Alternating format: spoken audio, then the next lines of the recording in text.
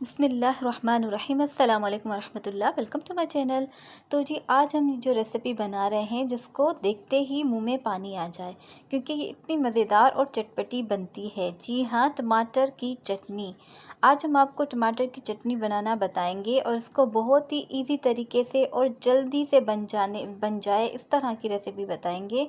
और ये बहुत ही मज़े की बनती है। आपने इसको ज़रूर ट्राई करना है और शुरू से लेकर आखिर तक वीडियो को देखिए। तो चलिए जी इस मज़ेदार सी रेसिपी को बनाना हम स्टार्ट करते हैं। टमाटर की चटनी बनाने के लिए सबसे पहले हम half cup cooking oil add करेंगे पैन में। और अब हम इसमें 5 से 6 अदद लहसुन के जवे ऐड करेंगे और लहसुन के जवों को हमने बारीक काट लिया है।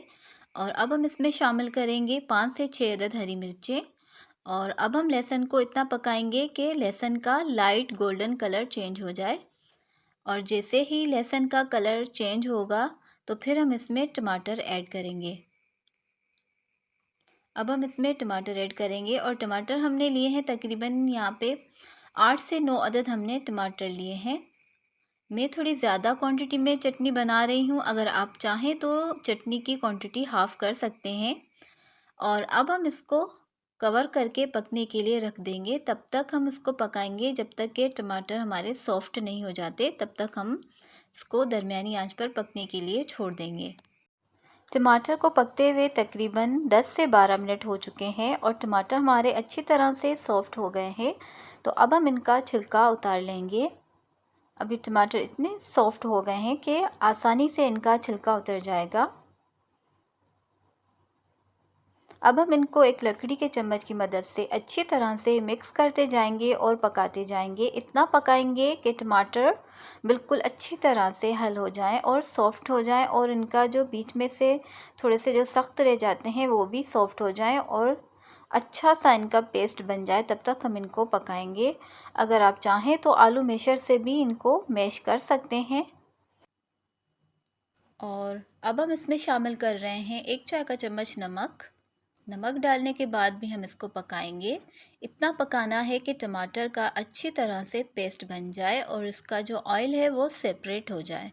उसके बाद हम इसको मिक्स करके और एक बाउल में निकाल लेंगे अलग से।